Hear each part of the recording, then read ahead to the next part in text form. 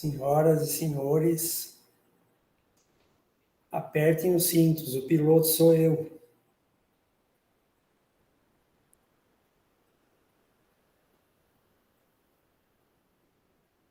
Pronto, já está gravando, né, professor? Que bom. Você já pode ir, já tá, o pessoal já sabe, né? Já ouve o barulhinho, já. É.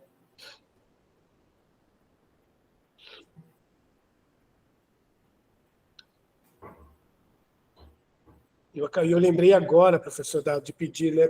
Entramos na live e falei, nossa, esqueci da lista de presença, né? Pois é. Aí o Aldo teve que parar o carro lá só para fazer para mim, coitado. Ele dá aula à noite também, né? Então.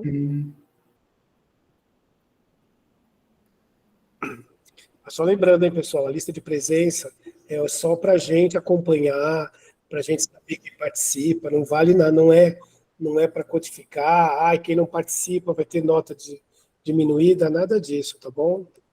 É só uma forma que a gente encontra de fazer uma checagem para quem está acompanhando o curso, a mesma coisa que a gente faz, né?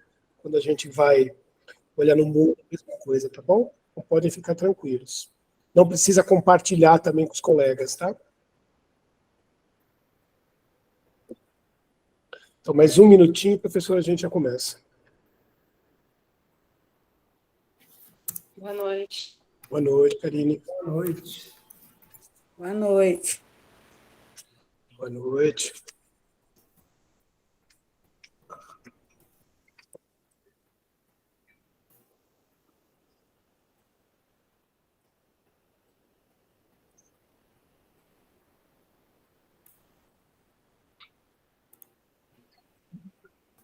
Bom, vamos começar, né?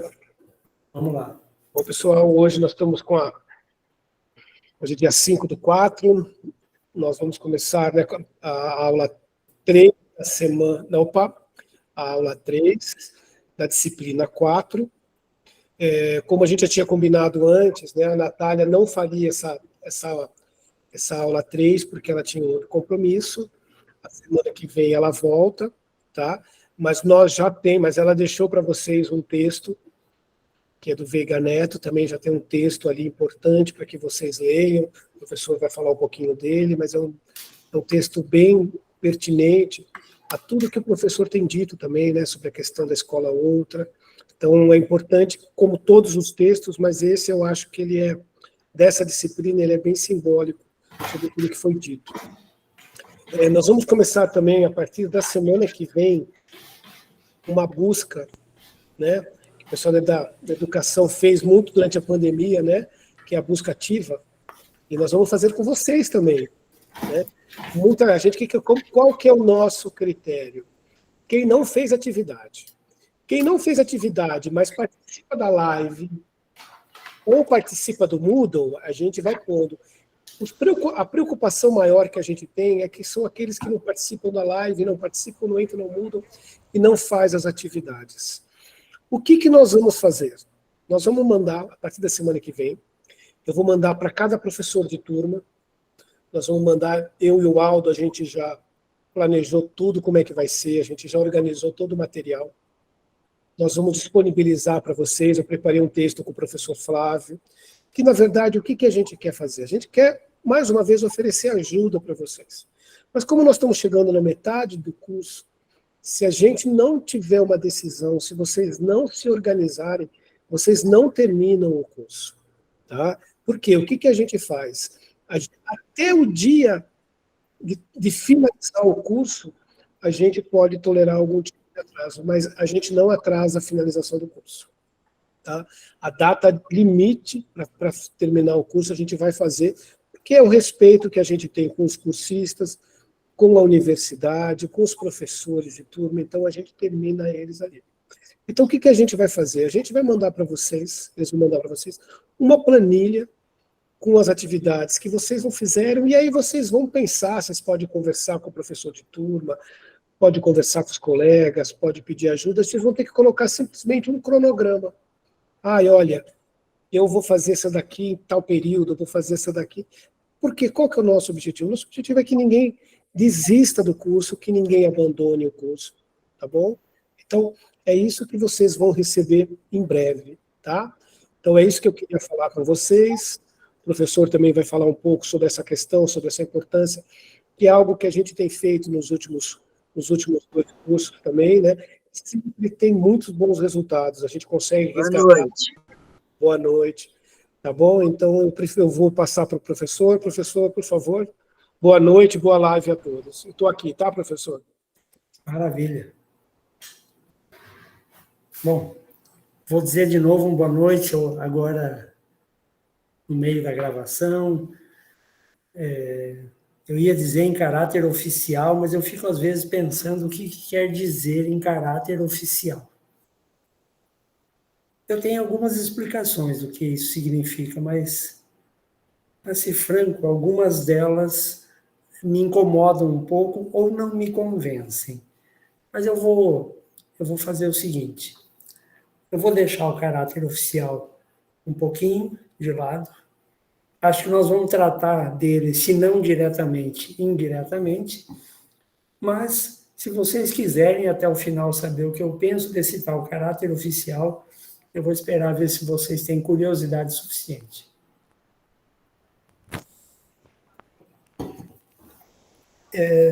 Eu conversei com o Roberto há um tempo atrás e a gente resolveu que nós iríamos retomar uma prática que eu tive na primeira oferta desse curso.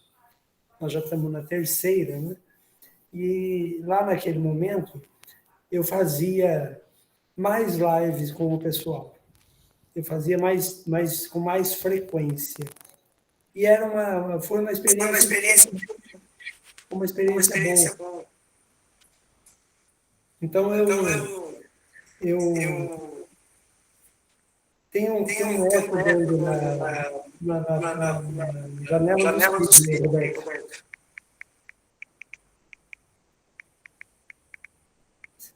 Isso, obrigado.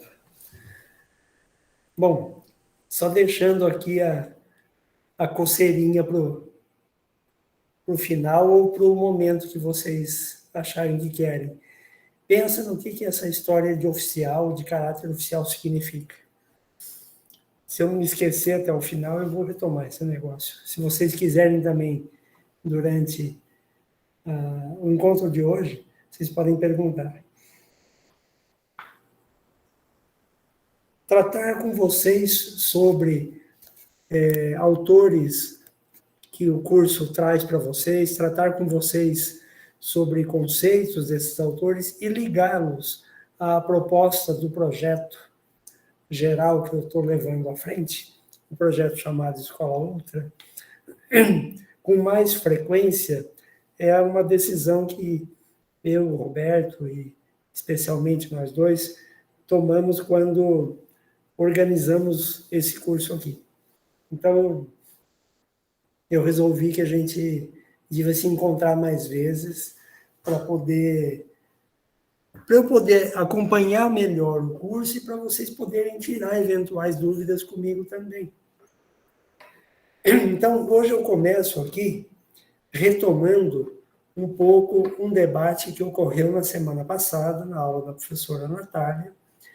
E antes de eu entrar no debate propriamente dito, eu não sei quantos que estão aqui agora que estavam assistindo aquele dia, ou quantos que viram depois, né, a gravação, mas queria apenas dizer para vocês que eu não vim corrigir nada, eu vim esclarecer coisas que surgiram naquele debate, que para mim foi muito significativo quando esses debates surgem. É para isso que existe um curso, é assim que eu penso a universidade, um lugar de debates, e principalmente um lugar de pluralidade de ideias. Eu pensar igual a alguém não é exatamente um problema. O problema é quando eu deixo de pensar por mim mesmo e passo a pensar, entregar o meu pensamento para outra pessoa. Esse é um dos temas dessa aula de hoje. É uma das provocações, inclusive, que o texto que foi separado para essa aula de hoje nos traz. Mas eu vou voltar, então, um pouco no tema que estava sendo objeto de debate na aula passada, em especial quando se trouxe a relação entre a análise que faz Michel Foucault da norma e os desdobramentos dessa análise, sobretudo os desdobramentos de conceitos, e o evento do ataque àquela escola em São Paulo, no qual morreu a professora Elizabeth. Lamentavelmente, o novo ataque hoje, lá em Blumenau, em Santa Catarina, fez novas vítimas, né? Um pouco antes dessa live começar, eu estava olhando algumas partes da notícia para eu me inteirar um pouco melhor. Eu não fico lendo muito essas notícias, não, mas eu não as desconheço.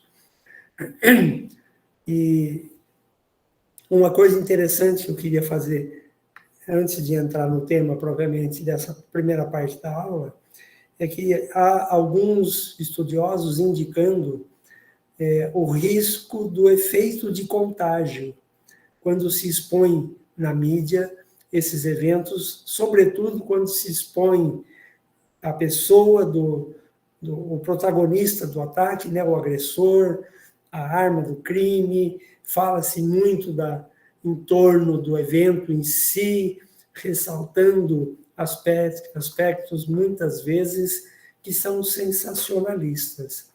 Eu não estou aqui, de forma alguma, diminuindo a importância do ataque que houve nem a semana passada, nem o de hoje. Esses ataques são coisas horrendas que nós devemos refutar e devemos prestar solidariedade e, eventualmente, as nossas orações pelas famílias dessas pessoas mortas ou agredidas, mutiladas, feridas, enfim.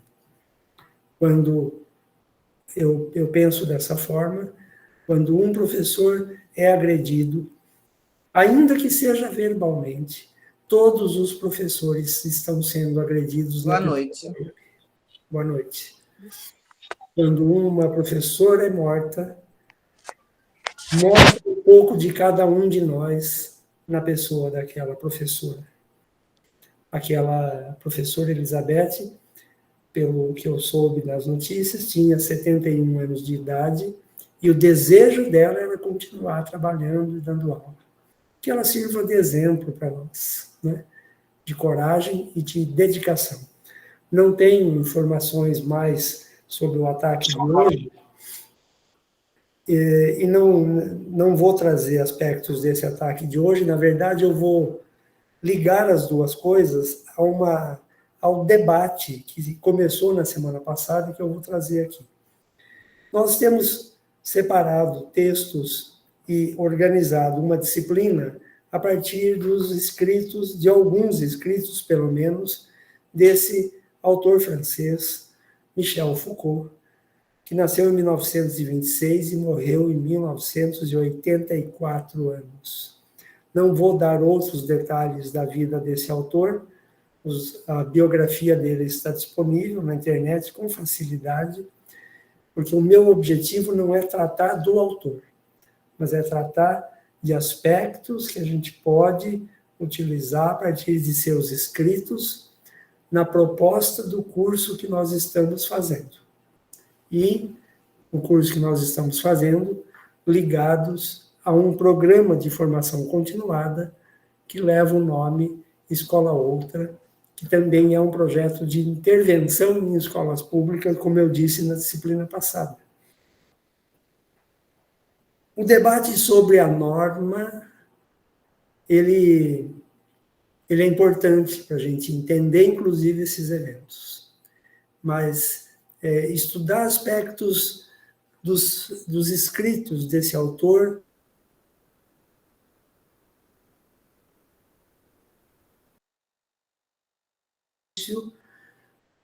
mas eu queria destacar com vocês que já vi muitas leituras superficiais de textos do Michel Foucault.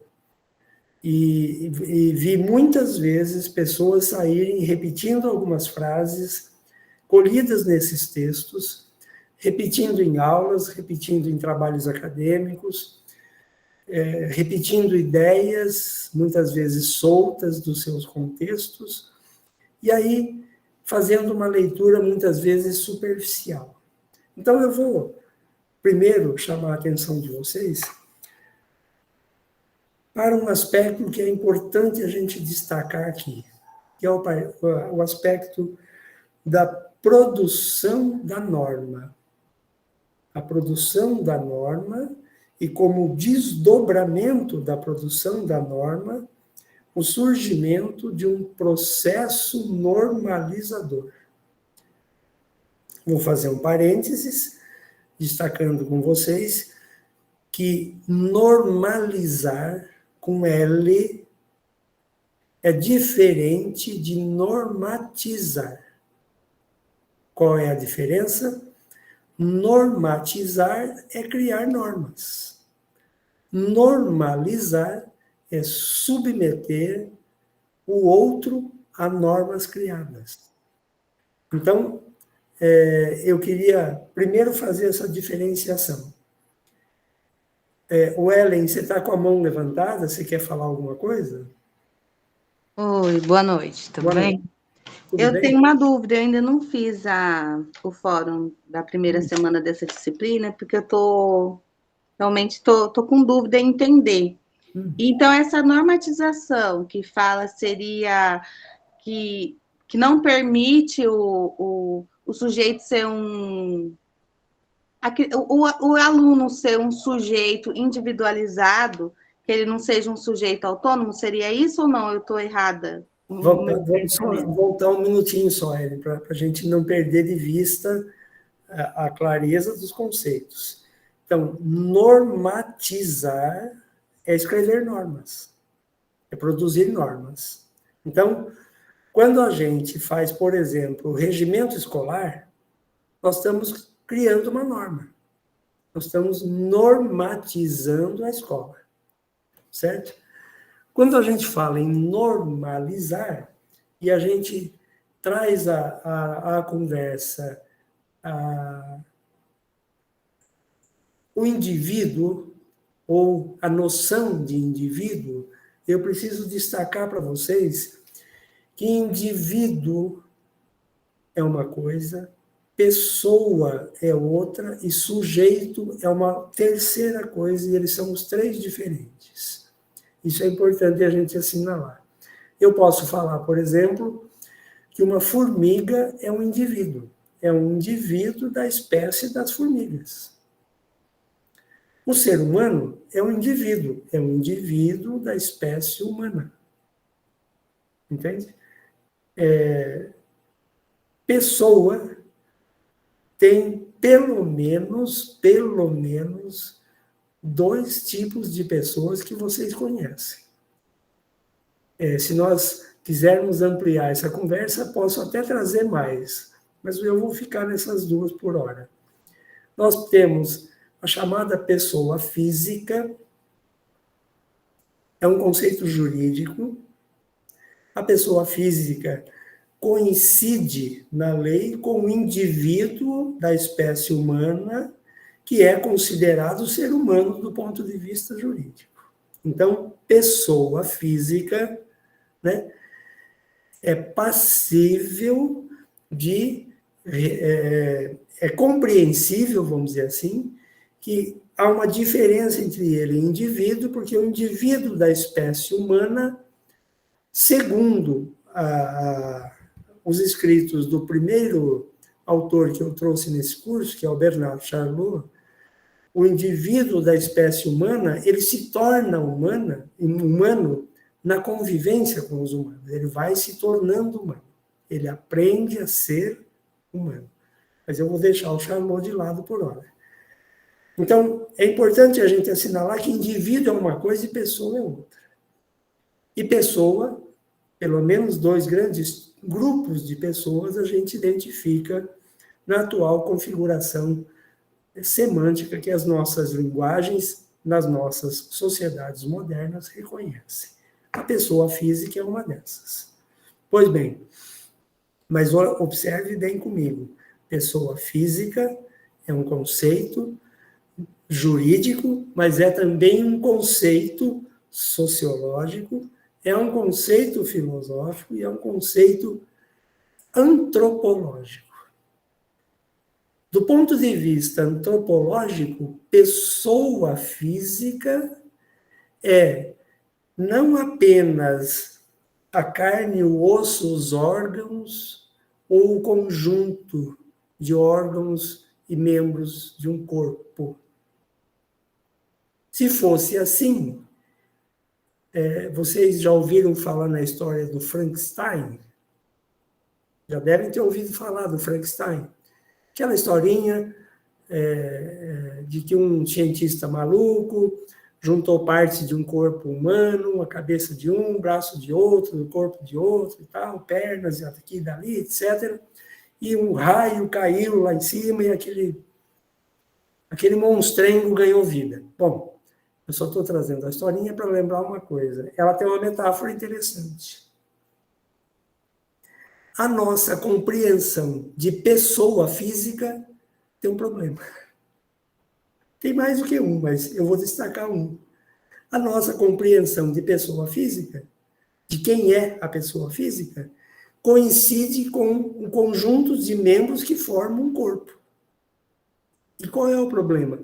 O problema é o seguinte: um conjunto de membros não forma um corpo, forma um Frankenstein. Eu estou usando a metáfora da historinha do Frankenstein para dizer o seguinte: se tiver cabeça, tronco, braços e pernas, é um corpo humano? Não. Por que não? Porque exatamente o que faz o corpo ser humano é a convivência daquele corpo com os humanos. Eu vou dar um exemplo. Há uns anos atrás, eu vi a notícia de que havia sido feita uma cirurgia com sucesso do implante de um braço e a mão numa pessoa que tinha perdido, na verdade, o antebraço e a mão. O sujeito perdeu num acidente aquilo. Consultaram a família, eventualmente o próprio sujeito, se ele topava um implante. Em vez de pôr uma prótese, como talvez muitas pessoas mais abastadas, né, que têm muito dinheiro, fazem, para não ficar, né, com aquele topinho, ele aceitou um implante de um braço humano. E o implante teve êxito. Sabe o que quer dizer teve êxito? O corpo dele reconheceu o braço, o antebraço e a mão que haviam sido implantados. Ele começou a mexer os dedos. Portanto, ele poderia voltar a ter 2 braços, 2 mãos. E seria, a partir daquele momento, o único sujeito, pelo menos que nós conhecemos, na história da humanidade, que tinha 2 digitais. Uma na mão direita, uma na mão esquerda. No entanto, eu vi uma notícia pouco tempo depois sobre aquele caso exitoso de inovação na medicina, que havia feito essa cirurgia com sucesso. A nova informação dizia que o sujeito mandou amputar aquele braço que lhe foi fornecido pela cirurgia. Sabe a razão? Ele foi insistentemente procurar e conseguiu descobrir que havia morrido um cara que era assassino. Tiraram dele o antebraço e a mão, ainda em condições de serem implantados, e implantaram nele. Ele ficou muito incomodado com a história, foi nos médicos, depois de uma batalha, ele conseguiu amputar aquilo que não era dele. Ele não queria, ele dizia: eu não quero ficar com o braço de um camarada que foi assassino agora funcionando para mim. Eu vou deixar essas questões ético e morais de lado para vocês pensarem se ele estava certo ou não, se ele tinha razão ou não vou tratar disso, mas o fato é que ele ficou bastante incomodado. Estou tratando disso por quê? Porque o debate sobre a norma, tem que passar primeiro pela compreensão de como é que a norma surgiu. E como é que a norma surgiu? A norma não é uma invenção antiga na história da humanidade, ou tão antiga. A regra é muito antiga. A regra remonta aos primórdios da humanidade, aos primeiros humanos que surgiram. Que quer dizer, eles tinham, por exemplo, regras de convivência. E regras de não convivência também. O fulano que o sujeito não gostava lá no meio da caverna, dava cabo dele. Enfim. Então, regra é uma coisa muito antiga, nasceu praticamente com a humanidade, mas a norma é muito mais recente. Muito mais recente. Não é uma invenção da modernidade, é anterior a isso. Mas, em termos da história da humanidade, ela é muito recente. O que é a norma e como ela surgiu?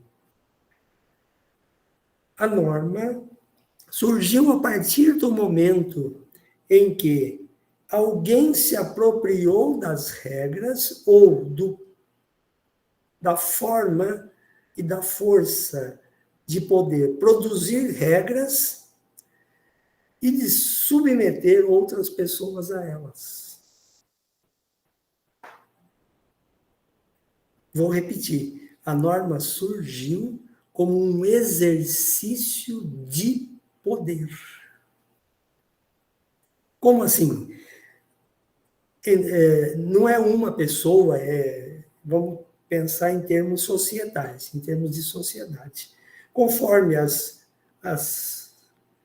pequenas comunidades foram crescendo, surgindo comunidades maiores e se transformando em habitações mais populosas e tal, alguém achou que ele podia se apropriar das regras de convivência de um determinado grupo e impor ao grupo ao seu bel prazer.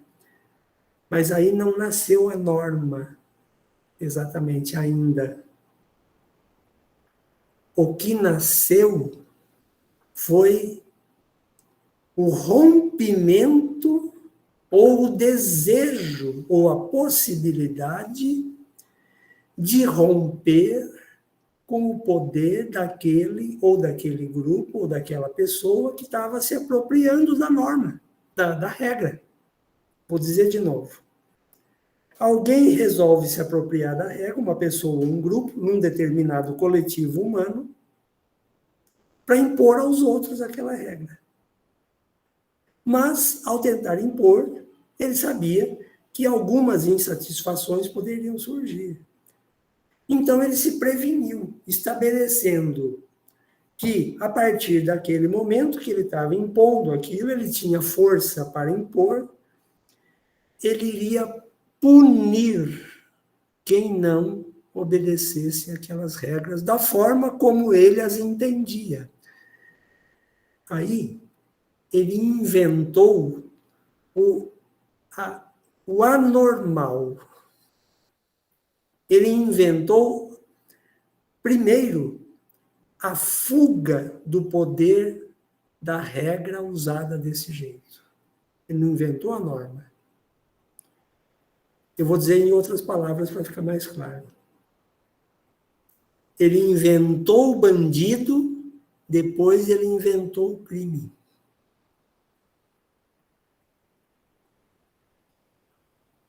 Vocês estão entendendo o que eu estou dizendo? Ele inventou o bandido por quê? Porque bandido passou a ser todo aquele que fosse contrário à regra que ele estava impondo, que ele ou o seu grupo estava impondo. Qualquer pessoa que se colocasse contra aquelas regras era passível de punição. Então, ele inventou primeiro o anormal, quem é o bandido, o louco, né?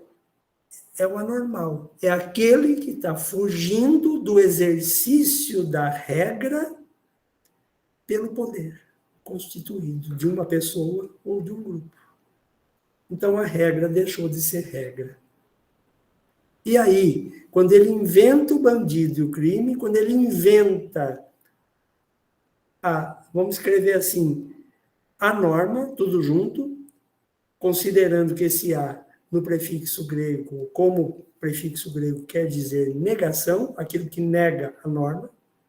Então, ele criou a anorma, ou o anormal, e depois inventou a norma. Então, o que era a regra transformou-se em norma. Mas não é difícil de entender. A explicação está meio complicada, mas eu vou dar uma chance diferente de vocês entenderem. Alguém que está me assistindo aqui agora, que é mãe, ou que é pai, ou que é vó, ou que tem um sobrinho, que é tia ou tio, já passou por um constrangimento do tipo, você põe uma regra para aquela criança e um belo dia ela pega você descumprindo a regra, aponta o dedo para você e fala assim, você não falou que não podia fazer tal coisa? Em geral, qual é a saída que nós encontramos nessa hora? Mas eu sou adulto. Isso é a invenção da norma, gente, na cabeça da criança. Vocês estão entendendo o que eu estou falando? Então, esta análise da invenção do anormal para depois produzir o normal e a norma é uma análise trazida por Michel Foucault. É uma teoria, gente. E vamos combinar uma coisa que eu já disse aqui outras vezes, eu imagino. Teoria não é verdade. Não é mentira. É uma boa aposta. Teoria é teoria, gente. Inclusive, alguns autores dizem que se uma determinada teoria não for passível de ser refutada, não for passível de ser rejeitada, ela não tem valor teórico. Então, sempre desconfie das teorias e dos teóricos. Não porque eles estão tentando enganar você, mas porque você é humano, porque você é humana. Isso, exatamente. Cuidado com os dogmas, ou com as formas dogmáticas de pensamento. Se você já foi surpreendido numa situação como essa, com um filho ou uma criança na sala de aula, bem-vindo ao clube. Mas a escola não é a única que se utiliza da regra como norma. Só que a escola foi inventada para construir sujeitos. Não foi a única que foi inventada para isso. Outras instituições sociais também. No livro Vigiar e Punir, o Foucault dá vários exemplos. O hospital psiquiátrico, a prisão, a fábrica, a escola. Ele dizia assim, a cada máquina um operário, a cada cela um preso, a cada leito um paciente, a cada carteira um aluno. Eu diria para vocês que é dramático a gente pensar dessa maneira. É uma ideia no Foucault que até hoje me incomoda. E eu vou sugerir para vocês um filme. Talvez eu já tenha até falado dele, mas eu vou falar de novo, eu vou correr esse risco. É um filme que não é muito recente, não, mas é um filme que eu gosto muito. Ele se chama Um Sonho de Liberdade. Eu até hoje estou discutindo aqui com os meus botões se é um filme de um presídio que parece uma escola ou se é um filme de uma escola que parece um presídio. Mas vou deixar essa pulga atrás da sua orelha para você dividir comigo. Se você já assistiu, assista de novo. Se você não assistiu, assista. E vai tentando me ajudar a responder essa dupla possibilidade. O que isso tem a ver com o debate sobre os 2 atentados, o da semana passada, o dessa, ou de tantos outros que eu tenho ocorrido em escolas, em igrejas, em mesquitas, em outros lugares por aí? Tem a ver com o seguinte. O filme, eu vou escrever aqui, chama-se Um Sonho de Liberdade. Alguém pediu o nome do filme de novo, eu vou pôr aqui. Um Sonho de Liberdade.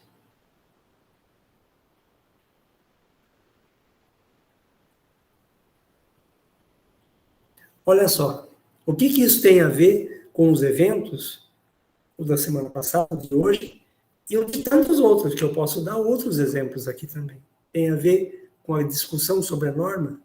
Tem tudo a ver. Mas eu vou fazer um parênteses antes de dizer o que tem a ver. A sociedade não vive, não existiria, não subsistiria sem as normas. Mas a norma, na perspectiva do Foucault, é o exercício do poder a partir da regra que é apossada por alguém, por um grupo, para usá-la como norma. Pois é, essa é a análise que ele faz. Mas eu queria lembrar vocês o seguinte: o foco desse autor está no exercício do poder, não está exatamente na letra da norma, está no exercício do poder. Então, nós precisamos prestar atenção que os eventos têm muito a ver com a norma por causa do seguinte: eventos dessa natureza rompem com diversas normas sociais. O da convivência, o do direito à vida, o do direito de não ser agredido, etc, etc, etc, etc. Tem diversos direitos em jogo. Como eu disse a vocês, não haveria, a sociedade não subsistiria sem as normas. O problema não está exatamente na existência da norma, mas no uso da norma como exercício de poder. E o que aquele garoto fez a semana passada e o homem fez hoje foi exercer um poder normalizador do lado do terror. Então, quando aquele menino invadiu aquela escola, quando o homem que invadiu a creche hoje agiram dessa forma, eles estão se apropriando, supostamente, não da contranorma, não do questionamento sobre a norma. Pelo contrário, eles estão se apropriando de uma norma, de uma outra norma, que se opõe a outras normas vigentes. De qual norma ele se apropõe? Ele se apossou, ele se apropriou. Ele se apropriou da norma de que eu sou autônomo e decido fazer o que eu quiser. Esta é uma concepção de autonomia que está colada com o ultra-egoísmo, o ultra-individualismo, mas por um erro de compreensão, não só dessa pessoa, mas nosso também. Quantos daqui já não falaram? Alguns talvez tenham até escrito. O direito de fulano acaba quando começa o direito de ciclano. Gente, pode parar. Tem um erro categórico aí. Se o direito de um ciclano tiver que, de um fulano tiver que parar para começar o do outro, nós temos um problema com o conceito de direito. Porque o correto seria dizer, do ponto de vista jurídico, inclusive, e filosófico, que o direito de um começa quando começa o do outro, não quando termina. Então, se o meu direito, para eu ter o meu direito, tiver que cessar o seu, então o que eu estou adquirindo não é direito. É o exercício de um poder que lança a mão de uma norma para destruir o outro. Então, a atitude daquele menino de 13 anos e do homem que produziu o ataque hoje tem 2 erros categóricos na atitude do ponto de vista da concepção e da compreensão que esses sujeitos tinham da vida, deles inclusive. Ele pode, qualquer um deles, poderia dizer, fazer lá um cumprimento nazista, né, e dizer que ele tem uma concepção nazista, ele estaria dizendo, jogando na costa do nazismo, que acho que merece mesmo, né, que é uma concepção de barbárie, deplorável, né? Mas ele estaria jogando na costa da teoria, das teses nazistas, que ele tem direito de destruir o outro. Então, nós precisamos colocar a discussão da norma no seu lugar. Qual é o lugar dela? O exercício, o problema não está na letra da norma, o problema está no exercício do poder da norma. O problema não está na existência da norma em si, está no exercício do poder que acompanha a existência da norma.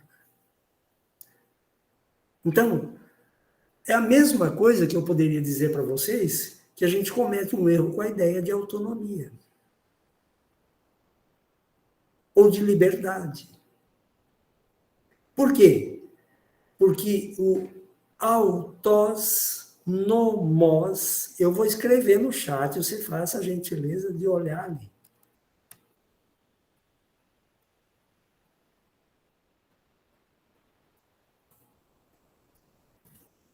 São 2 expressões no grego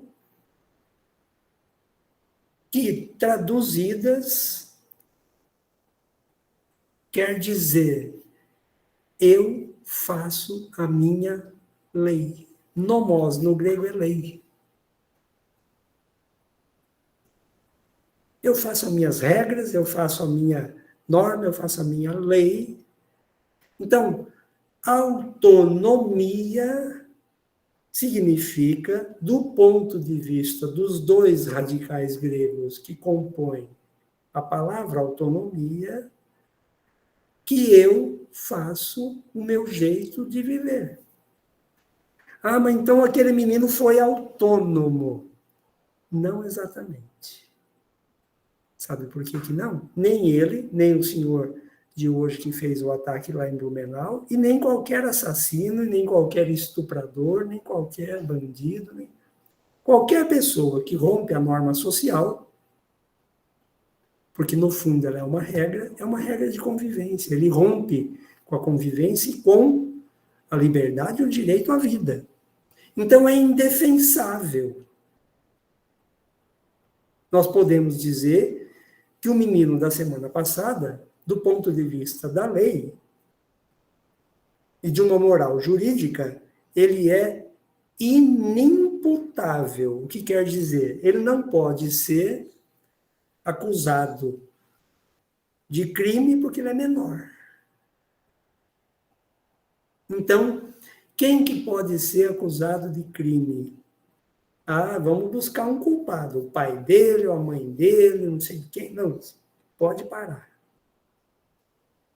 Quem produziu aquele menino foi a nossa sociedade.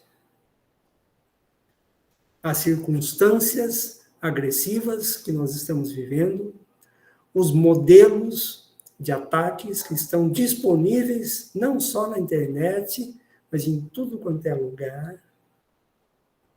E, sobretudo, a falta de compromisso de todos os adultos, eu não vou falar só dos educadores, não, em discutir qual é a forma de uso da norma. Por isso que este autor e essa discussão está nesse curso. Não é para defender a ideia de que alguém pode, então, ao seu bel prazer, romper com a norma. Como fez o menino na semana passada, como fez o senhor no caso de hoje. E tantos outros. Não. Não quer dizer isso. Quer dizer que nós, no exercício do poder da norma, aquele que se coloca no direito de exercê-lo, rompe com a sociedade. Vocês estão entendendo o que eu estou colocando, gente? Está fazendo sentido? Eu estou fazendo esse esforço todo para dizer para vocês que nós passamos das sociedades medievais, onde tinha o senhor e o servo, que já era uma sociedade que sucedeu, que veio depois da sociedade mais primitiva, que era aquela em que existia o senhor e o escravo. Mas entre o senhor e o servo, o senhor e o escravo, na sociedade primitiva, eram duas figuras em que o senhor tinha direito, inclusive, sobre a vida do escravo. O escravo era sua propriedade, inclusive, ele acordava de mau humor, ele matava um escravo, porque era para ele passar o mau humor. Quando houve uma evolução social para o feudalismo, o servo substituiu o escravo. E o senhor feudal substituiu o antigo senhor de escravos. O que é que mudou? Mudou que o senhor de servos já não tinha mais o direito de tirar a vida do seu servo. Ele tinha todos os outros. O servo era considerado, inclusive, a sua propriedade, mas ele não tinha direito à vida do servo. Ou seja, atribuir-lhe a morte, promover-lhe a morte. Aí, depois do ambiente medieval e feudal, nas sociedades modernas, surgiu o que eu vou colocar aqui também no chat, que é a sociedade disciplinar. E o que é a sociedade disciplinar? A sociedade disciplinar... Deixa eu ler o que a Magali escreveu. Falava que nós éramos adolescentes na época, eu já vivi muito, vão morrer, mas vocês verão muita coisa, e não acreditarão no que estarão vendo. Hoje acredito muito nessas sábias palavras do meu avô, que na época não dava valor. Pois é, Magali. E nós, eu vou dizer para você e para todos nós aqui, Magali, nós não estamos preparados para a sociedade que está vindo aí, viu, gente? Deixa eu só falar para vocês. É melhor a gente pensar em se preparar um pouco melhor. Mas, voltando. O que é a sociedade disciplinar? A sociedade disciplinar é aquela sociedade na qual as instituições são criadas para romper ou para ampliar a distância entre o senhor e os servos. A sociedade moderna não é mais uma sociedade de senhor e servos. Ah, mas a sociedade de patrões e empregados é a mesma coisa. Não é. Que é um exemplo claro. O empregado, por mais que sejam negados vários direitos, a lei diz que ele tem direitos. Na sociedade feudal não era assim. A lei era o que estava na cabeça do senhor feudal. Ponto. Ele não podia tirar a vida do servo. Então, houve uma evolução do ponto de vista sociológico e antropológico, de uma sociedade para outra.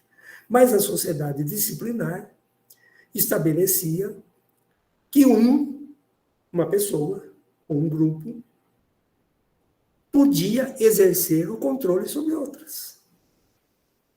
Podia disciplinar outras pessoas, na verdade, para dizer a palavra mais correta. Podia fazer todo o esforço para que o outro, ou os outros que estivessem num degrau hierárquico abaixo dele, cumprissem as suas ordens. Então, ele tinha do lado a lei que dizia que ele podia disciplinar os outros. Agora, como diria minha avó, abre bem os olhos, as orelhas, os ouvidos. Assim nasceu a escola.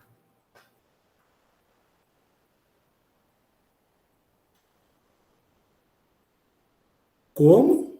Nasceu assim, olha. A sociedade disciplinar inventou um dispositivo de contenção do outro. Quem é o outro? Aí vem as velhas diferenças de categorias sociais hierarquizadas. O pobre é o outro do rico. Quem manda na sociedade é o rico.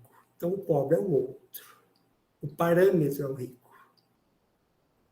Assim também, o homem e a mulher. A mulher é o outro do homem. Durante centenas de anos, talvez mais de milhares de anos, a mulher foi vista como o outro do homem. O ser da falta. Pois bem, e aí as dicotomias todas, o rico, o pobre, o homem e a mulher, o branco e o negro, ou outras etnias. Mas quem que estabeleceu isso aí? Historicamente, quem se apossou das regras e transformou essas regras em normas utilizáveis como exercício de poder. É isso que o Foucault analisa. Professor, Pois não. a Mirielle, ela colocou uma dúvida no chat. Dá uma olhadinha, por favor. Eu vi. Vamos ler aqui.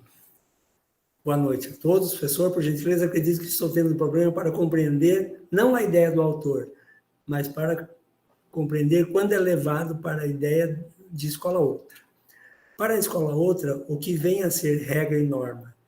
E como a escola outra vê esses dois conceitos e os apresenta na prática, assim como que se espera dos dois conceitos como resultado na escola outra. Miriellen, eu não estou acostumado a perguntas difíceis antes das 20 horas, mas eu vou abrir uma exceção para você. 2 perguntas excelentes você fez. A primeira, compreender quando é levado a ideia da norma, imagino eu, né, essa discussão que eu estou fazendo, para a escola outra. Gente, o projeto da escola outra não propõe o rompimento das normas. O projeto da escola outra propõe associar sempre a norma ao desejo. É o que eu trabalhei na primeira disciplina, mas eu vou retomar aqui. O que é associar a norma ao desejo? É romper com o exercício do poder exclusivo sobre a norma. O projeto Escola Outra está fundamentado na ideia de que nós não devemos abolir as normas. O que a gente deve abolir, ou pelo menos tentar, conseguir abolir plenamente a gente não vai conseguir, mas a gente deve seguir nessa direção, da minha perspectiva do projeto, é de eliminar o que não é possível plenamente, mas diminuir a força do exercício do poder da norma para que o desejo e a norma possam andar juntos. Mas desejo e norma de quem? De todos. Vamos falar da escola. Isso poderia ser aplicado em outros lugares, mas eu vou trazer para o âmbito da escola, porque o projeto é pensado para a escola. De todos. Eu disse, no âmbito da terceira disciplina da escola outra, que havia 3 4 possibilidades de existência da escola. A escola que existe para si mesma e para o sistema educacional é uma, que é a que nos formou e na qual a gente trabalha até hoje. É a escola da norma. Exclusiva, da norma como exercício de poder. Dar um passo adiante, eu dizia, no âmbito da terceira disciplina, eu dizia assim, precisamos pensar em construir uma escola outra, no sentido de construir, de fazer nascer uma outra escola por dentro dessa escola, mas uma escola, primeiro, para a criança. Porque a escola que nós temos não é construída para a criança. Ela é construída para o sistema. Não vou reforçar todos os argumentos que eu usei lá, mas eu vou mostrar os passos seguintes. Quando a gente conseguir dar um passo na direção de uma escola feita para as crianças, já é um grande passo. Hein? Nós não estamos abolindo a norma, nós estamos reduzindo a força do exercício de poder. Se você quiser, eu posso dizer de outra forma. Vou correr um certo risco, mas eu vou correr. Nós estamos empoderando aqueles que nunca exerceram poder dentro da escola, as crianças. Mas não é suficiente uma escola construída para a criança. Porque ainda é uma ação nossa, de educadores, de adultos, sobre elas. O ideal, o melhor é dar um novo passo, e não é o último ainda. De uma escola construída para crianças, mudarmos, quando a gente der esse passo, nós precisamos nos incomodar para dar um outro passo maior ainda. De uma escola para crianças, para uma escola construída com as crianças. Parece um jogo de palavras, mas pensa comigo.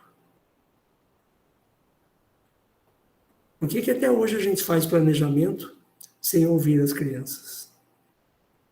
Porque a gente tem que entrar com o ano com tudo planejado. Eu sei por quê. Você também sabe.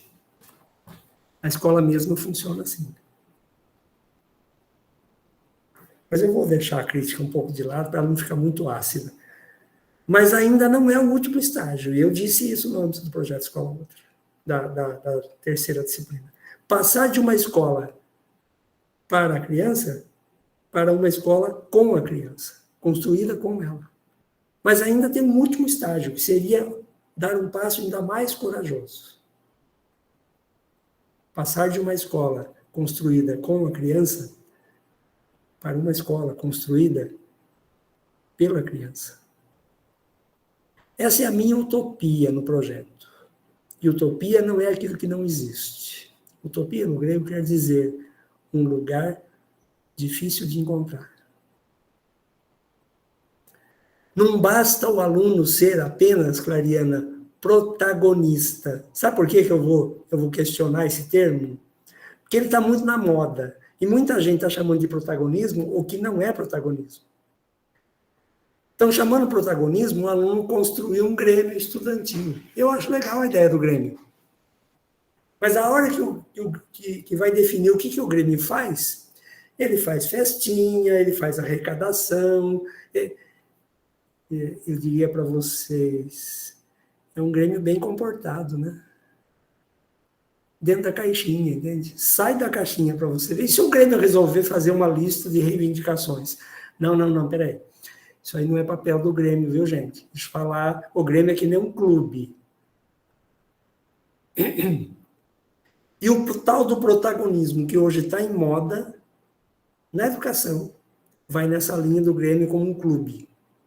Pode chamar de Grêmio, de clube, do que quiser. Mas o fato é que, se nós quisermos construir uma escola para as crianças, com as crianças e pelas crianças e jovens, nós temos que consultá-las.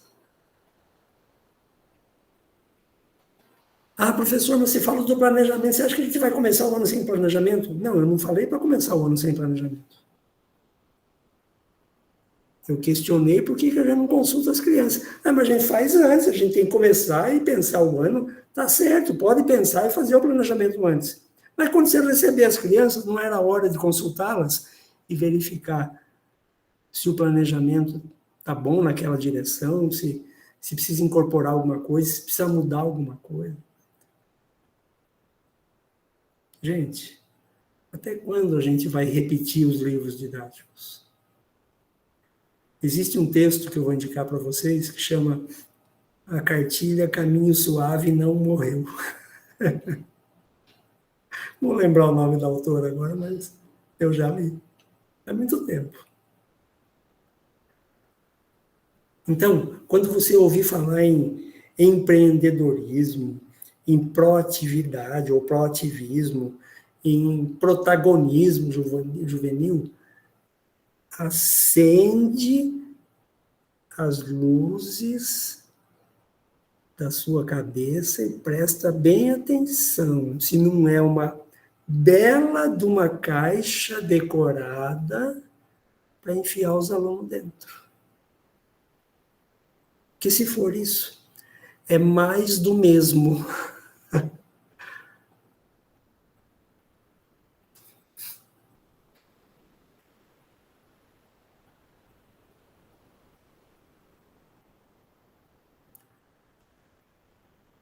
Como é incômodo alguns segundos de silêncio, né? As pulgas ficam tudo pulando atrás da orelha da gente, né? É para isso mesmo, gente.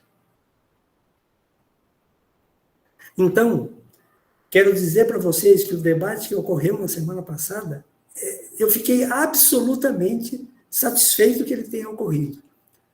E estou retomando aqui porque acho que a gente devia debater mais ainda essas questões. E não engolir seco, não, gente.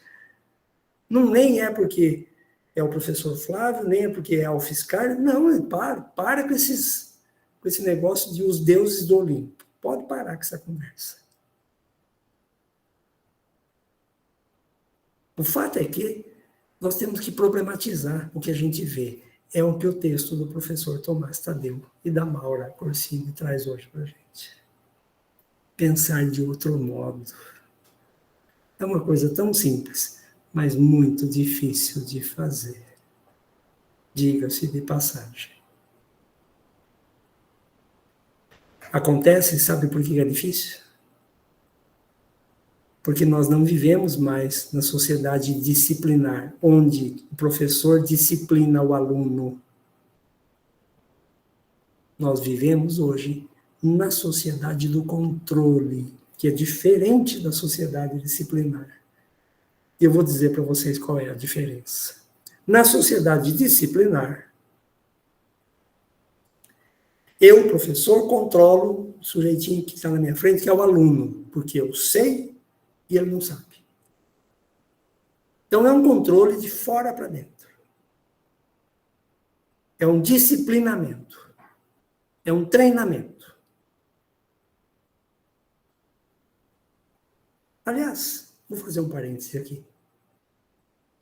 A palavra treinamento, se você abrir o chat, você vai acompanhar comigo.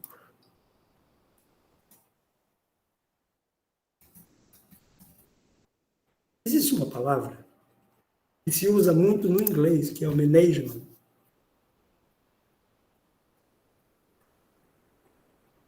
Que é um exercício administrativo, é um exercício de comando numa empresa. Mas essa palavra vem de uma palavra francesa. O manège. O que é o manège? 1900 de Aracide Almeida, lá para trás. O manège era a estratégia de colocar um tapa, chama-se tapa, na cara do cavalo, assim, amarrar um ferrolho na boca dele, na ponta desse ferro tinha 2 cordas, que são as rédeas, e o cavaleiro, segurando as rédeas, montava no lombo do cavalo, e quando ele puxava a rédea aqui da direita, doía a boca do cavalo, para parar a dor, ele ia virando a cabeça e o corpo para a direita. Então, o cavaleiro fazia ele virar para a direita. Quando ele queria virar para a esquerda, ele puxava do outro lado. Depois de um certo tempo usando o manejo, o cavalo estava acostumado. Bastava um toquezinho para a direita, ele virava para a direita. Ou para a esquerda. Qual que é a ideia do management? Que eu posso traduzir por treinamento, na nossa cultura, não é a tradução melhor, mas é uma tradução possível. O que é que a gente faz no treinamento? Quando eles vão treinar um cavalo, sabe o que eles fazem? Até hoje eles usam esse esquema. Isso, adestramento, o adestrar, essa palavra é boa, Adriana, obrigado. Sabe o que a gente faz para adestrar um cavalo? Ou para criar nele um senso que ele tem que correr, um cavalo, criar nele um cavalo de corrida? Amarra, junto com o tapa na cabeça do cavalo, uma haste que põe uma cenoura pendurada na ponta. O cavalo adora cenouras. E aí ele toma uma esporada e, olhando a cenoura, ele corre para pegar a cenoura. Você sabe quando ele vai pegar a cenoura? Não é nunca, Adriana, sabe quando? Quando ele correr bastante, o cavaleiro que está no lombo dele estiver satisfeito, ele vai parar, vai tirar a cenoura pendurada da frente dele e vai pôr na boca dele. Você já passou por algum treinamento antes? Agora eu tenho uma pergunta pior do que essa. Às 20h10, no meu planejamento da live hoje, está escrito assim: fazer uma pergunta impensável. Você tem treinado os seus alunos?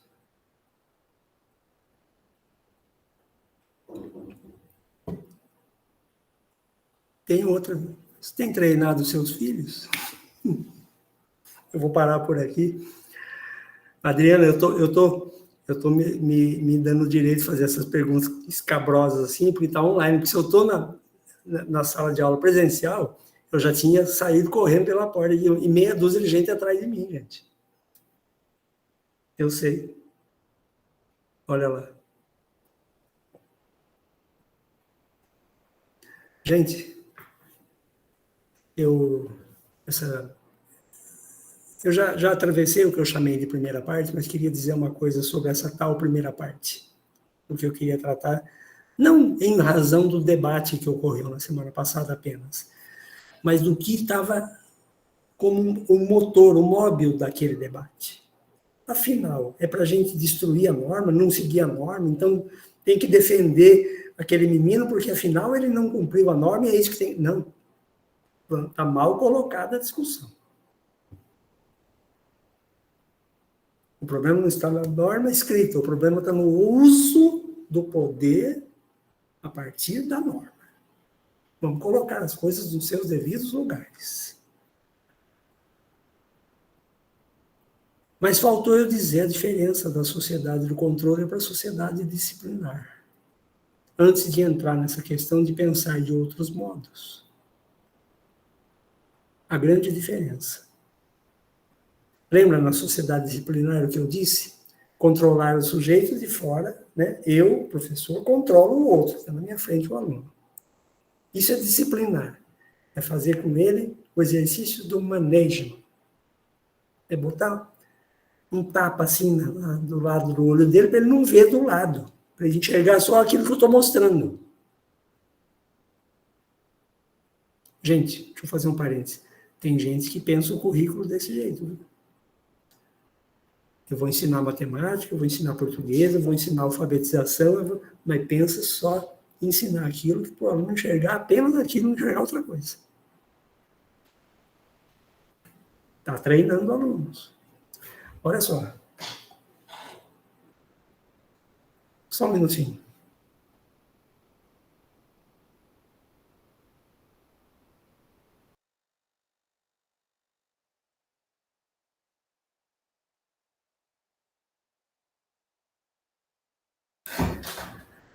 Olha só. A diferença entre a sociedade disciplinar para a sociedade do controle é que na sociedade do controle você faz o sujeito disciplinar a si próprio. Não é mais de fora para dentro. É de dentro para fora. Você ensina ele a se auto-vigiar, se auto-punir. Da maneira como eu gostaria de puni-lo, de vigiá-lo, de fazer com que ele realize ou faça aquilo que eu quero que ele faça. Para chegar mais longe ainda. Fazer com que ele seja aquele que eu quero que ele seja. Fala, Mônica. Mônica, você levantou a mão, pode falar, fica à vontade. Eu não estou te ouvindo, o microfone está fechado. Boa noite, professor. Eu sou a Mônica. Oi. Eu sou a causadora da confusão da semana passada. E, de fato, hoje está mais compreensível a questão de nós cumprirmos ou vivenciarmos ou usarmos no nosso dia a dia as normas, né? E aí eu queria fazer uma pergunta a respeito dessa sua última fala, professor. É bom que a gente exercita aqui juntos, né, como que é o aluno outro, que a gente quer formar, não é aquele que o professor é o detentor do conhecimento e eu, a tábua rasa, que só vou ficar aqui recebendo. Não, a gente é um aluno que vai conversar, né, que vai ler todas as informações e vai trazer ao professor, mas eu vi isso em outro lugar, eu ouvi isso em outro lugar, e aí, como é que é? E a gente, como professor, tem que estar preparado para todas as loucuras que aparecer, certo? Certo. Agora a gente sabe que o professor é aquele que estuda com profundidade, né? A gente faz essas leituras mais superficiais, como você colocou, né, no começo. Então, a gente tem essas diferenças. Mas aí, o que eu queria falar, né? Quando você fala, assim, sobre esse controle hoje, que ele é de dentro nosso, nós nos controlamos, né, os nossos atos, as nossas falas, os nossos comportamentos, porque nós fomos moldados para termos esse controle sobre nós. Seria isso, em palavras simples, professor. Sim. Vou colocar assim em miúdos, porque se colocar em muitos graúdos é difícil de entender. Então, assim, né, eu cuidando das minhas ações, porque outros vão estar me vigiando. Isso. Eu acho que eu li isso também sobre Foucault. Deixa eu só fazer um pequeno parêntese, Mônica, só um minutinho. Sim. Há uma pequena diferença dessa última frase que você disse. Anteriormente, o outro me vigiava. Agora, ele ensinou eu a vigiar a mim mesmo para fazer o que ele gostaria que eu fizesse. Essa é só a diferença do que você disse. Isso, professor, você explicou certinho. Eu entendi isso, não soube pôr em palavras, mas é isso. E aí me veio à mente uma reportagem que eu assisti falando do caso que aconteceu com a professora que, né, foi vitimada pelo aluno de 13 anos. É um psiquiatra. E esse psiquiatra, ele diz assim, que uma das coisas que ele, na ciência dele, entende que está acontecendo na sociedade atual, um dos motivos é que existe uma perda significativa, simbólica da autoridade.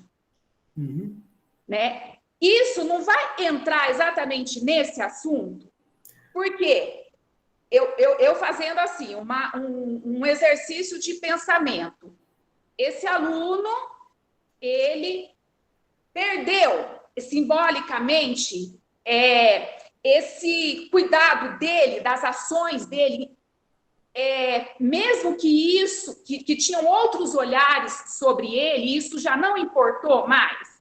Isso não é algo que, se nós formos construindo, eu penso assim, né? A educação, a gente vai fazendo uma construção gradativa. Então, a gente começa, né? Pelo menos a gente vai ler na BNCC, você começa lá no berçário. Então, ele vai passar, cada ano tem que ser construtivo para desenvolver competências, ele tem que adquirir as habilidades para desenvolver certas competências. quando a gente entra nessas questões das normas, a gente não vai estar, de alguma maneira, possibilitando que a gente desenvolva essas competências no aluno, onde ele vai olhar assim, eu sei, eu faço, eu consigo, eu determino, eu tomo as minhas iniciativas sozinhos. Nós não vamos acabar chegando nesse ponto, pensando na fala do psiquiatra, que está existindo hoje uma perda significativa, simbólica, da autoridade. Olha só, você sabe que há uma diferença entre ser autoridade e ser autoritário. Vamos começar por aqui. Você sabe que há uma diferença aí, não é? Sim. O que é ser autoridade? Ser autoridade é ser autor. Autor de quê? Do meu pensamento, das minhas ações, das minhas decisões. Claro, como regra de convivência, a autoridade não se impõe ao outro. Sim. Por que não se impõe?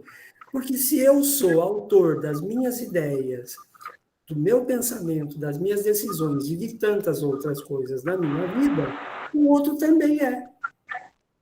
Então, não haveria, do ponto de vista da autoridade, do conceito de autoridade, não faz sentido falar que a minha autoridade está ameaçada quando a Mônica vem e coloca um questionamento para mim. Não.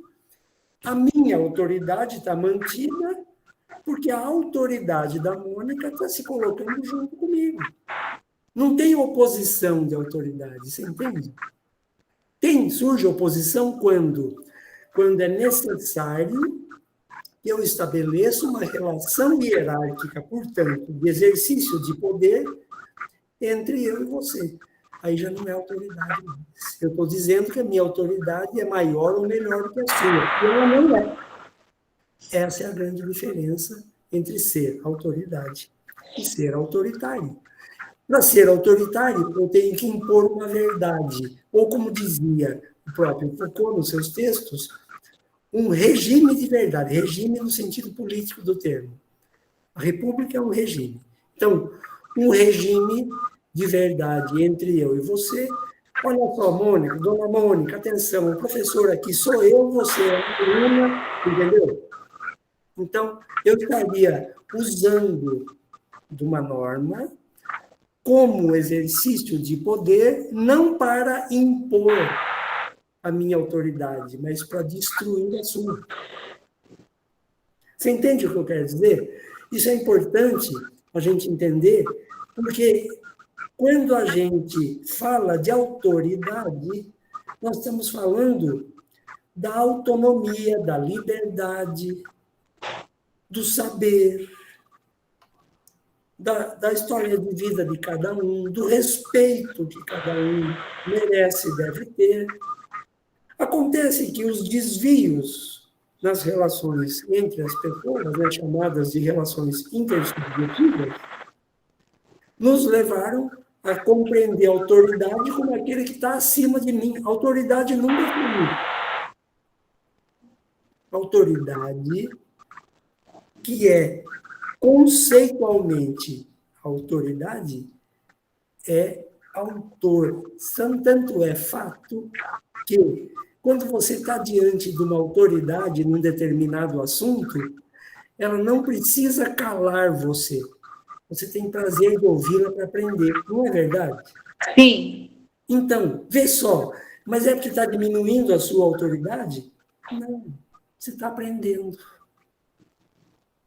Então, essa é uma questão importante que a gente precisa esclarecer, fundamentar, ampliar, Mônica, porque dessa confusão entre autoridade e autoritário nascem essas confusões. E eu quero dizer uma coisa para você. Você não causou nenhuma confusão no meu conceito a semana passada. Assim, outros aqui estivessem e estejam futuramente dispostos a criar confusão do jeito que você fez. Graças a Deus. Sabe por quê? Não só para desafiar o que eu, a Natália, o Roberto ou qualquer outra sabe. A gente tem que ser desafiado no que sabe, mas para a gente fazer o melhor debate, que é o debate teórico. Ok? Valeu, professor. Ficou bem mais claro. Eu achei que eu ia parar na diretoria, mas eu entendi melhor. Olha a cara do diretor, dá uma olhada. Então, mas assim, sabe, professor, né? Eu tô rindo, mas assim, quando eu converso com outras pessoas, né, que até que começaram o curso e não concluíram aí nas outras turmas que teve, existe essa confusão. Existe esse pensamento, né? Como que vai funcionar essa escola? Como que eu, professor, tenho que ser? Né? Existe essa confusão. Eu não sei, né? De repente, os alunos dessa turma não teve essas confusões mentais. Eu tive, né? Eu, de fato, imaginei uma bagunça, né? Eu falei, mas como que vai virar isso? E eu entendi que outras pessoas tiveram a partir de conversas que eu tive, né? Mas está mais claro. Quando aparecer outras questões, eu pergunto de novo. Maravilha, fique à vontade. Obrigado. Sheila, é com você, filha, agora a conversa. Boa noite. Eu queria tirar uma dúvida. Eu achava que eu saber o que eu tinha que fazer na norma e eu ter o controle de mim era uma coisa boa. Não é? Porque, assim, vamos pensar no trânsito. Eu tenho que andar nas regras do trânsito. Se eu sair da regra, eu vou causar uma colisão. Não é? Eu, como professora, existem algumas regras que eu tenho que seguir. Eu tenho que chegar no meu horário, cumprir algumas coisas, né? Eu tenho que receber os alunos. Eu não vou chegar agora porque... Então, eu não preciso de alguém me vigiando. Eu preciso saber... Eu entendi aqui, e assim é certo. Eu não precisar de ninguém vir falar, sei lá, você não está chegando no horário, você não tá levando multa porque você não está seguindo a regra. Então, essa sociedade do controle onde que eu, né, tento fazer as coisas dentro da norma, não está certo. Sheila, não tem que ser que tem, e não alguém falar para mim, presta atenção, faz isso, faz aquilo. Vamos aprofundar essa questão, mas eu vou deixar umas pulgas daquelas bem gordas atrás da sua orelha agora, filha, aquelas bem apaixonadas, né? Pensa comigo. Então, vamos pegar algumas regras escolares. Você tem que chegar no horário, correto? Você faz assim com a mão, tá? Beleza? Você tem que dar aula, faz parte do seu contrato. Você tem que fazer algumas avaliações, corrigir e dar notas. Deixa eu perguntar para você. Tem uma regra que você tem que ensinar os alunos? Tem, não tem? Você ficou meio na dúvida, né? Não, tem. Tem, menina, pelo amor de Deus. Vamos fazer um combinado. Tem, vai. Então, me fala uma coisa. A professora alfabetizadora, ao final do ano, alfabetizou 96% da classe. Você acha que ela é uma boa professora? Ela cumpriu as regras? Ela descumpriu alguma regra? Qual? Ela não chegou no 100%. Mas o que vai acontecer com ela? Ela vai ser punida? Não. Às vezes, sim. Dependendo da escola, vai sofrer bastante constrangimento. Pode ser que ela seja constrangimento. Principalmente se entre os 4% tiver a filhinha de uma colega dela. Né? Pensa aqui comigo, olha. Ela descumpriu uma regra? Descumpriu. Mas a escola vê ela como uma boa professora? Por quê? Porque a escola tem uma outra regra. Porque tem umas que nem chega 96%. Não, tem gente que vai falar assim, gente, se ela passou de 50%, se ela passou de 50%, está no lucro. Olha só, tem uma outra regra que não está escrita. Se for 50%, se for 60%, se for 99%, ela é uma boa professora. Mas eu te pergunto, Se a sua filha estivesse entre os 4% que não foi alfabetizado, você consideraria ela uma boa professora? Não, né? Então, eu tenho um problema para deixar para você pensar durante a semana. Por que é que tem regras que a gente tem que cumprir e tem outras que a gente não precisa cumprir muito direitinho? Na escola. Então, Olha só, eu vou piorar um pouco a situação. Você já não foi nenhuma vez na sua vida de estudante vítima de uma regra assim? Ou deixada para trás, ou ganhou uma nota que não era justa. O sujeito estava descumprindo a regra? Não, se você olhar a conduta da pessoa que te deixou para trás, que te deu uma nota mais baixa, que não foi justo nisso ou naquilo, ele está cumprindo as regras. Então eu pergunto. E agora nós estamos num ponto-chave desse encontro de hoje e da compreensão dos textos do Foucault. Está funcionando aí, vai funcionar, nesse exemplo que eu estou dando, uma coisa chamada processo normalizador. Sabe o que é o processo normalizador? Você vai sendo convencida ao longo de anos dentro da escola que aquela nota foi você que tirou. Muitos professores usam esse argumento até hoje. Não fui eu que te dei essa nota, foi você que tirou. Não adianta informar, gente. Então, e quando... Pode falar. Espera só um pouquinho, Glaucio. Tá. E quando não sou eu, é outros que me impõem a nota que eu tenho que dar para o meu aluno. Piorou a situação, né? E também, não tem problema, porque assim, a gente está dando exemplo do primeiro ano, né? Uhum. Ele tem mais 2 anos para se alfabetizar. Tá. E aí você fala, mas não, né? Tem que ser a conta. Não tem problema não. Aí surge uma outra regra atrás daquela regra que já não estava escrita, né? Que é assim, não tem problema não. Faz o seguinte, para a pessoa que fala, não tem problema não, se pergunta, e se fosse o seu filho? É isso que você diria? Não tem problema, ele não aprendeu, mas tudo bem. Como assim? Você entende, então? Mas nós fomos bem treinados pela escola, Sheila. Nós internalizamos a norma. E engolimos a norma. É como engolir um sapo com perna e tudo. Sabe por quê? Porque tem alguém que diz, não tem problema, não. Como assim? Eu não estou entendendo essa história.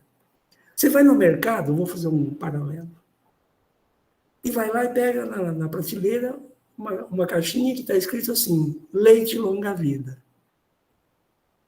Aí você chega em casa, abre a caixinha, vai tomar o leite, só tem água. O que você faz?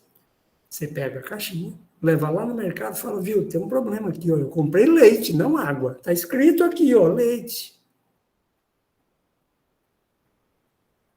Mas tem outros lugares que essa regra é diferente. O médico vai operar um parente seu e fala assim, olha, eu vou fazer tudo o que eu posso, mas eu não sei se ele vai viver. Ô, doutor, pelo amor de Deus. Não, é que estatisticamente 50% vive e 50% não vive depois dessa cirurgia. Pelo amor de Deus, para com essa conversa, doutor. Que isso, tá doido? Põe ele logo no 50% que vai viver. Não é isso que a gente fala? Faz esse 50% virar 100%. Então, olha só o que está acontecendo. Há regras e há outras regras. Peraí, mas então, não é que essas regras, não é que é o que a escola é? Não é para isso que a escola está posta? Porque eu coloquei no fórum, eu demorei um pouco para responder, porque eu achei muito difícil aquelas perguntas. Mas na minha cabeça, a escola está formando o cidadão do objetivo dela. Esses que alguns aprendem e vão ser bem-sucedidos, a maioria não aprende, mas não tem problema, porque eles não querem que todos aprendam. Na minha concepção, a nossa escola, a escola que a gente tem hoje, falar do Brasil, que eu não conheço outras escolas, ela está cumprindo o papel que ela tem, de não ensinar todo mundo. Porque Taylor, desculpa te interromper, mas eu vou dizer uma coisa pior do que essa que você está dizendo aí. Pior, porque para mim é uma coisa absurda. Mas eu tenho que admitir que acho que ela tem força, hein? Olha só. Quando uma criança lá da periferia, que mora na favela, uma criança pobre, uma criança não branca, uma criança não isso, não aquilo, nos moldes que a escola não está acostumada a aprovar, quando ela reprova, não é que a escola falhou com ela. A escola teve sucesso com ela. Sabe por quê? Porque essas crianças, no modelo de escola, que eu estou chamando de escola mesma, essa criança, aspas, nasceu para confirmar o poder da escola. Isso é terrível. Então, quando uma criança pobre vai mal na escola, sabe o que a maioria das pessoas fala? Às vezes até a mãe. Ela não aprende, não. Mas quem ensinou isso para essa mãe ou para as pessoas na escola? A própria escola que as pessoas fizeram. Sabe qual a palavra para isso? É a palavra que o Foucault analisou. É normal. Então, neste sentido, o normal não é apenas o uso da norma. É o exercício do poder de usar a norma para destruir o outro. Porque quantas crianças não tiveram sonhos destruídos porque aprendeu na escola que ele é incapaz. Você entende o tamanho da encrenca? Mas então a escola... Para. Eu sou defensor da escola pública, vamos combinar. Mas isso não está certo. Não está mesmo, nós somos formados assim. Qual é a do texto de hoje? E se a gente pensasse de outro modo, hein? E se a gente começasse a agir diferente? E se aquela criança que dizem que não aprende, eu me dedicar mais a ela? Mas alguns vão ficar meio de lado. Vão mesmo. Porque eu tenho que admitir, gente. É difícil dizer e ouvir isso. Mas tem alunos que aprendem com a gente ou sem a gente, não é? Mas tem alunos que só aprendem se a gente virar no avesso, se a gente sapatear em cima da mesa, não é? Então tem que aprender a sapatear em cima da mesa, filha. E vocês sabem disso. Seira, me dá licença um pouquinho, que eu vou dar a palavra para a Glaucia um pouco, tá bom, Via? Nessa discussão, né, nessa conversa, eu lembrei da minha quinta série, na aula de história, que eu era a aluna, né, a CDF da turma, né, só tirava A, né, que na época era por letra, né, os conceitos. E teve uma bendita de uma prova que eu não conseguia decorar, eu tinha que decorar na época, né? E para mim aquilo era a morte. E eu tirei E. E aí a professora chegou com a sala toda e falou: então, gente, ninguém se conformava que eu tinha tirado E. E aí ela combinou com a sala que se eu entregasse o caderno com todas as cópias, que tinha que copiar o livro inteiro, copiar todas as questões respondidas, eu ficaria com C. porque não era justo uma aluna boa ficar com a nota vermelha daquele jeito.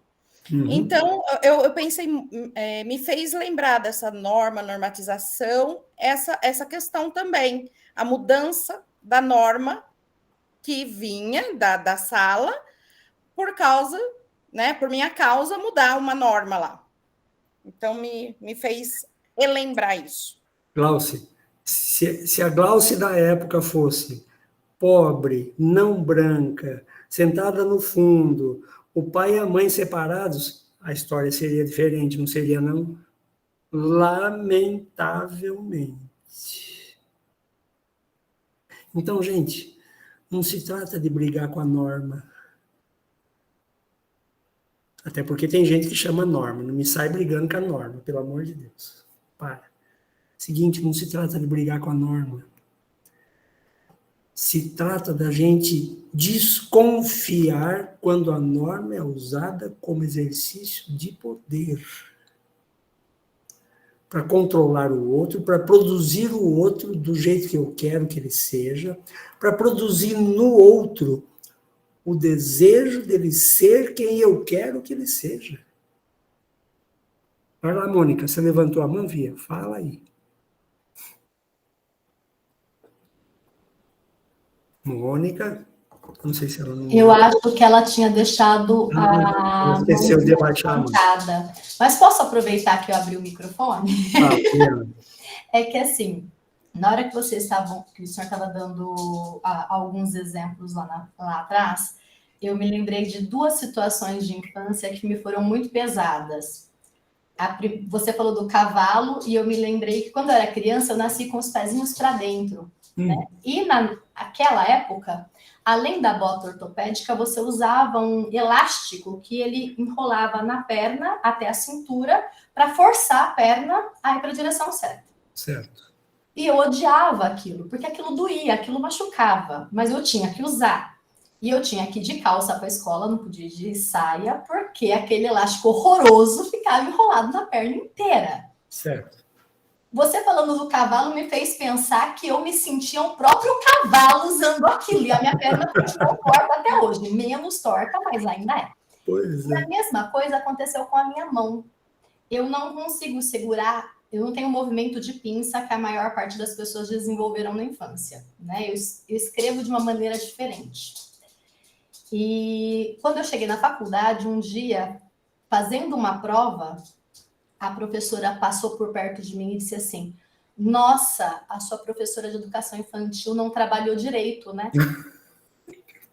E eu não entendi, eu estava tão na prova, né, que eu não entendi. Eu falei, oi? Ela falou assim, se ela tivesse trabalhado direito, você não escreveria de uma maneira tão boçal. Olha. Eu nunca esqueci esse boçal. Gente, foi na faculdade, hein? E eu não esqueci esse boçal. E é muito louco como a gente consegue criar, né, pré-julgamentos de quem foi o professor, do nosso aluno, porque o nosso aluno chegou na nossa mão como ele chegou.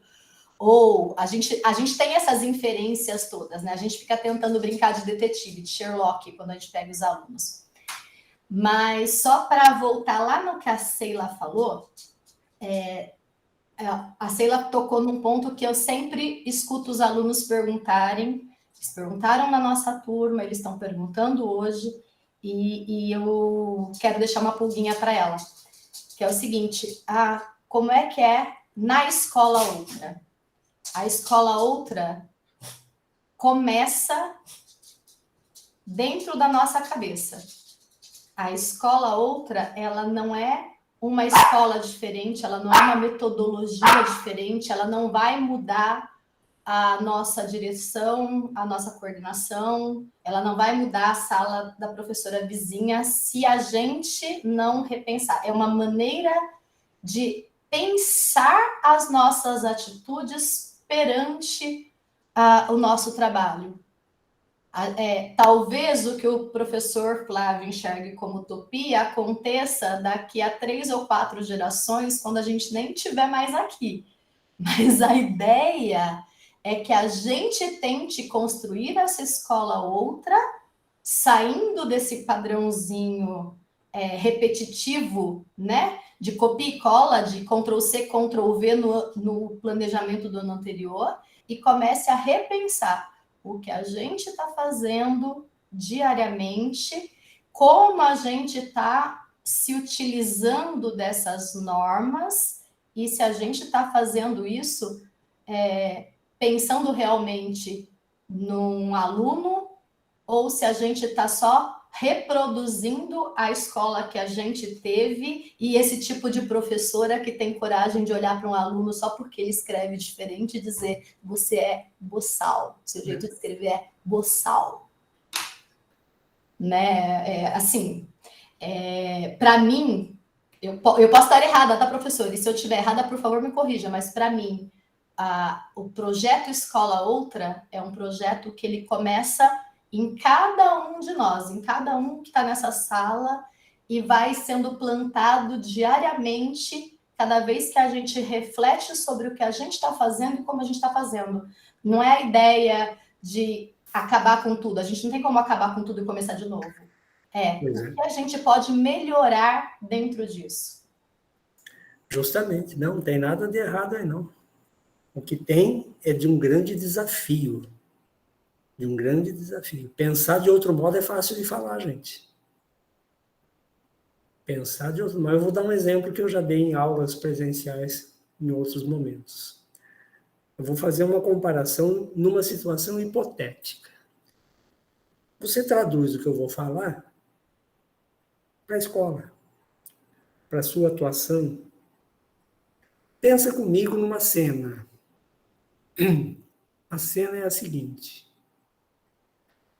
Um pai fumante com um cigarro numa mão e com o chinelo na outra, surrando um filho adolescente que ele pegou fumando.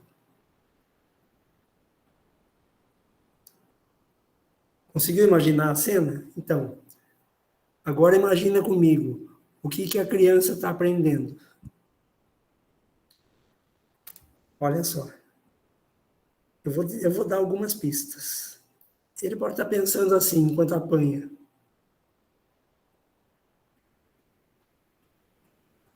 Pode bater, você é um adulto, eu sou a criança. Ou ele podia também estar pensando assim. Eu devo fumar escondido dele.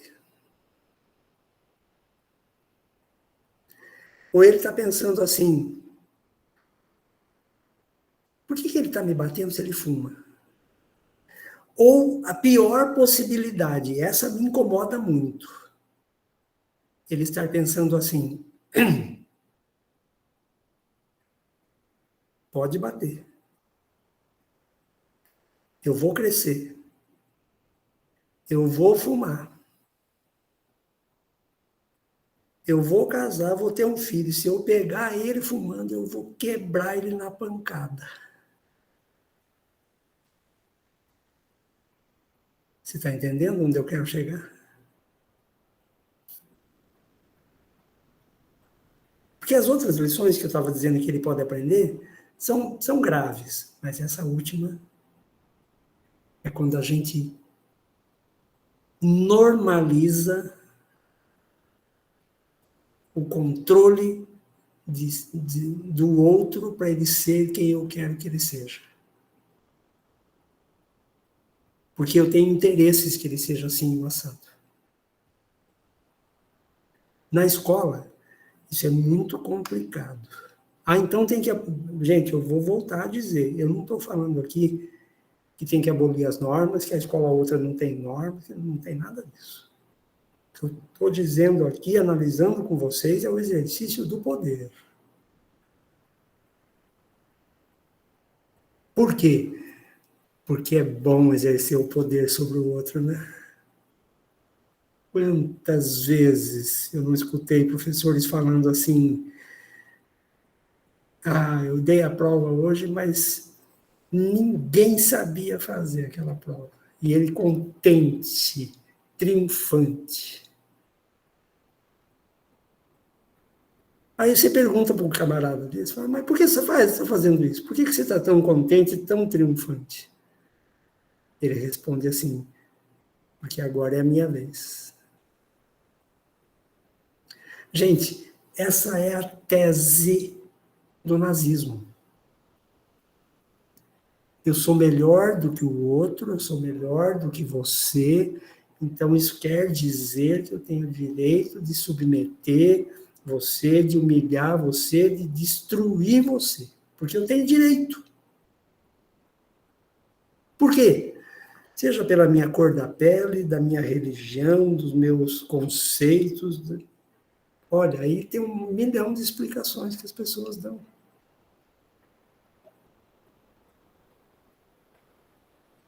Mas deixa eu contar um segredo para você. Você sabe,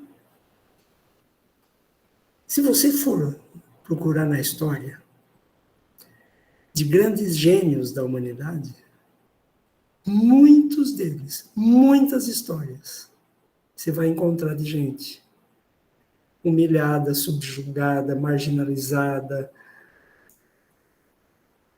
Eu conheço a história de um sujeitinho que ia muito mal em matemática, mas muito mal, a ponto da professora, com o apoio da direção da escola, chamar a mãe dele e falar para ela, ele não aprende a matemática. Acho que é melhor só tirar ele da escola. Ela insistiu, falou, não, vocês têm que ensinar ele. E brigou com a escola, insistiu, ele tem que aprender. Sabe qual era o nome dele? Albert Einstein. Só para dar um exemplo, né? Pomposo, bonito. Mas quantos Albert não estão nas nossas salas de aula hoje em dia? Ah, aquele não aprende, esse aqui não quer, aquele não tem interesse, aquele... Gente, viu? Nós precisamos abandonar essa ideia da política educacional da cenoura, pelo amor de Deus. O que é a escola outra? A escola outra é uma proposta de dizer, viu, não cai na conversa dessa cenoura, não, filho, não é assim, não. Não cai nessa conversa dessa caixinha aí, não, que isso é uma caixinha que criaram para você ficar dentro. Cria coragem. Fala, não vou fazer desse jeito. De que jeito você vai fazer? Não sei ainda, mas desse jeito eu não vou fazer. Vou fazer de outro. Aí começa o que a Adriana acabou de falar, que se chama nascer um professor outro. Dentro de você, uma professora outra.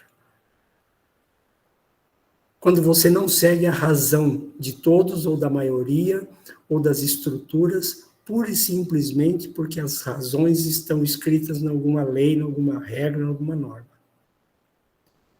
E veja, eu não estou aqui defendendo que as leis, regras e normas têm que deixar de existir. Você tem que perguntar o que faz sentido. Ali, com aquela criança na sua frente. E não se deixa convencer pelas estatísticas, viu? As estatísticas não têm culpa nenhuma. Mas a gente usa muito mal, às vezes, as estatísticas. Os 96% convence muita gente até hoje. Gente, eu vou ter que encerrar. Minha voz não vai dar conta mais. Acabou, a minha voz acabou. Se eu começar a continuar falando aqui, eu vou tossir sem parar. Mas quero dizer para vocês, primeiro, agradecer a Mônica pela confusão da semana passada. Dona Mônica, nem pensa em parar de criar confusão. Traga, filho, incomode. Se tem uma coisa que eu defendo na escola outra é isso. E ela vale aqui. Se o que eu vou falar vai incomodar, então eu vou falar mesmo, em alto e bom som. É isso que eu acho que você deve fazer sempre. Às vezes a pessoa ali não tem condição disso ou daquilo, não tem a melhor resposta naquele momento. Faz parte, gente. As pessoas, né? Professor, enquanto você falava, eu acho assim que ficou mais esclarecedor na minha mente. Eu me lembrei de algo que eu aprendi lá na época da faculdade ainda. Eu acho que de maneira bem simplificada, você vai me dizer agora se faz sentido esse pensamento com o que você estava falando. Eu me lembro da informação mais ou menos assim. né, vocês, futuros professores, vão trabalhar com seus alunos de maneira que, vou explicar do meu jeito, ele entenda, o seu aluno entenda, que ele vai andar na velocidade da rodovia, não, respeitando aquela velocidade, não porque tem uma câmera vigiando ele, vai dar uma multa se ele passar, não, ele vai, para ele aprender, entender que andar naquele limite é para que ele não se envolva num acidente, não mate outras pessoas, porque aquele local é um local onde tem travessia de crianças, de animais, né?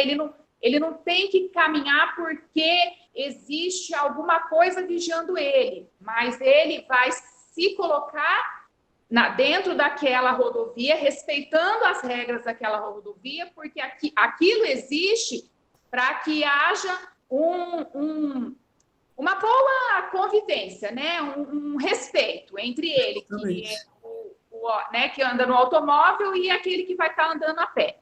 Sim. Isso. Exatamente. É isso. Nesse pensamento. Exatamente. Exatamente. Você não vai fazer porque você é obrigado a fazer, você vai fazer porque faz sentido. Isso. E tem uma coisa, Mônica, que você me fez lembrar, que a gente fala muito e precisa pensar se a gente devia falar. A gente usa muito essa expressão assim, nossa, eu preciso me policiar mais. Que expressão esquisita. Sabe o que quer dizer se policiar? Quer dizer se vigiar e se punir. Mas eu cansei de escutar isso dentro da escola. Você precisa se policiar mais. Pode parar. Que conversa esquisita é essa? Gente, queria continuar muito tempo aqui ainda, mas realmente a minha voz não vai dar conta mais. Me aguardem, que vai seguir a disciplina, mas logo mais para frente um pouco, já combinei com o Roberto, eu volto aqui para colocar outras pulgas atrás da orelha. A autoavaliação é isso também, mas eu vou falar disso num outro momento. Gente, quem puder e quiser, abre a câmera para falar uma boa noite, assim, ó, dando um tchauzinho para todo mundo, dando um sorriso. Boa noite. Bom feriado. Boa noite. Boa Páscoa, pessoal! Boa noite. Boa noite. Boa noite. Boa noite. Muito obrigada por Paula maravilhosa. Abração por chocolate semana que vem. Obrigado, Deus te abençoe. Boa noite. Boa Páscoa para todos. Boa noite, gente. Boa Páscoa. Boa Páscoa.